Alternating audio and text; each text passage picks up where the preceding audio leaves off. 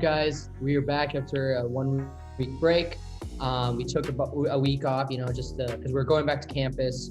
School just started up for us, so we want to focus on that.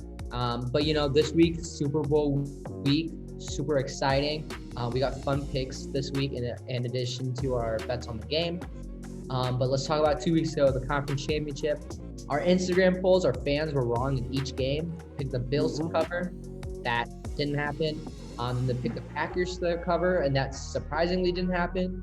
And Nathan, you talk about our one pick that missed. Once again, another 3-in-1 week, a 2-unit profit. But Nathan, talk about the pick that missed. Yeah. So to my sadness, the pick that missed was the Packers money line. I think most people, in our poll, 70% of people thought that Green Bay was going to win. We thought Green Bay was going to win.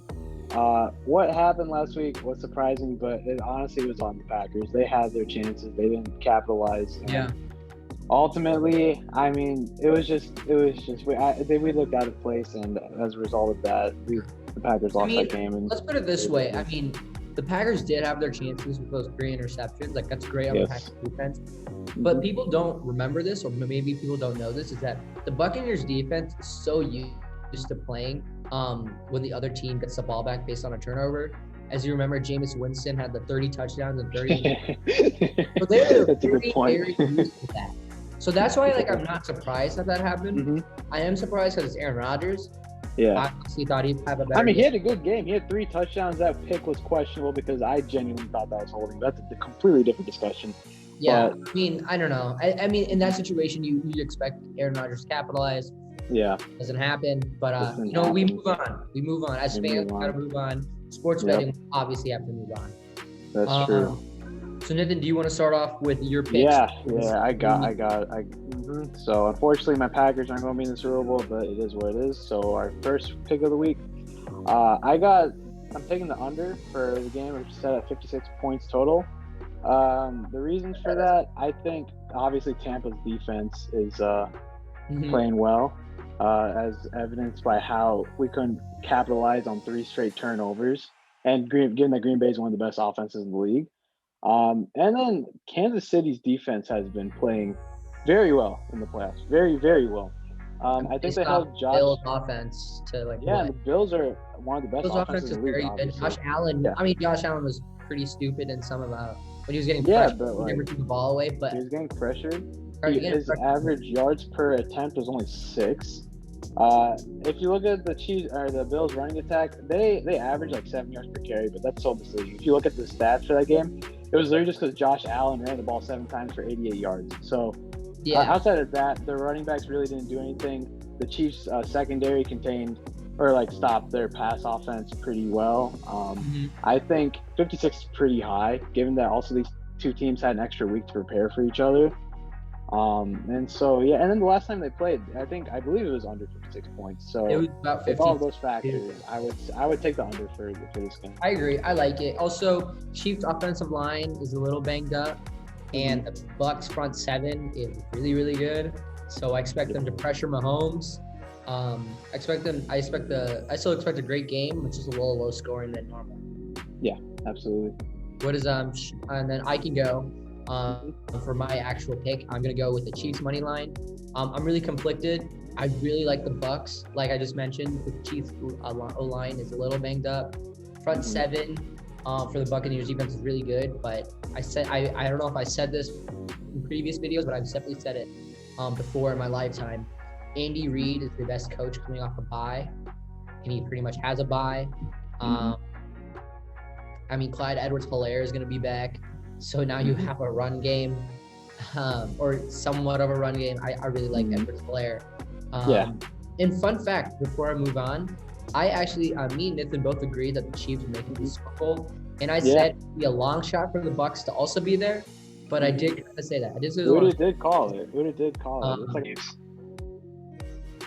I mean, I'd love to see the Buccaneers.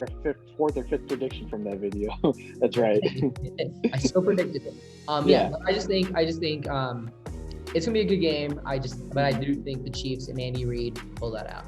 Oh, also another fun fact: the Chiefs defensive coordinator is one of 3 defensive coordinators to have beat, or one of two to have beat Tom Brady in a Super Bowl. He was the Giants defensive coordinator during during Tom Brady's undefeated season, or almost undefeated season. So well, that's huge. Yeah, I didn't know that. so I like that. But let's go into our fun picks. It's a fun weekend. It's a fun game. It's gonna be a really fun atmosphere if you get together with your friends. So Nathan, what's your fun betting pick? All right, so at plus 400 odds, my fun prop bet for Super Bowl weekend at the halftime show is that the Weeknd will mention Canada at least once. And I actually have a reason for this. It's because, well, number one, Weeknd's from Toronto, obviously, and his label XO consists of artists who are all Canadian, so 88 Glam, Nav, Belly, and a couple others, all Canadians.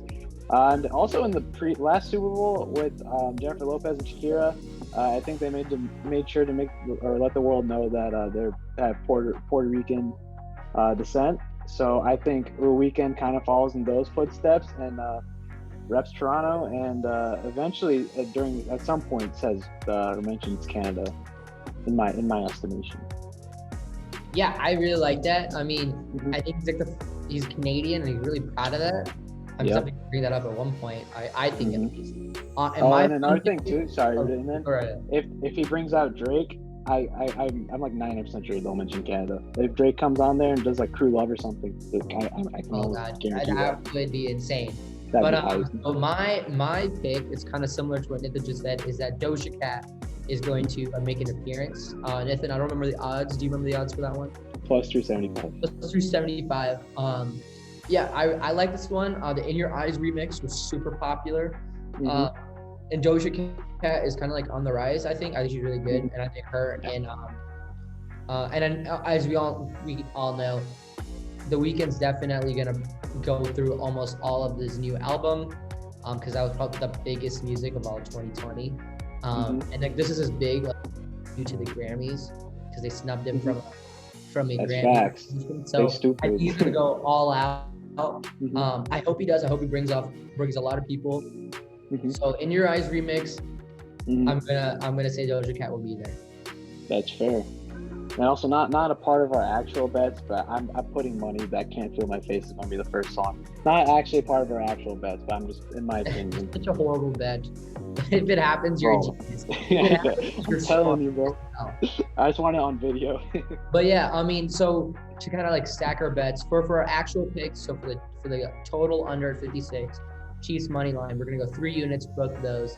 And for our fun picks, they're not likely, so we're gonna go 1 or 2 units. That's completely up to your discretion. And once again, units can be any amount of money that they want it to be. It can be $5, $10, $50, whatever you're comfortable betting. Know your limits, stop at your limits, and hopefully bet smart and win smart. Exactly.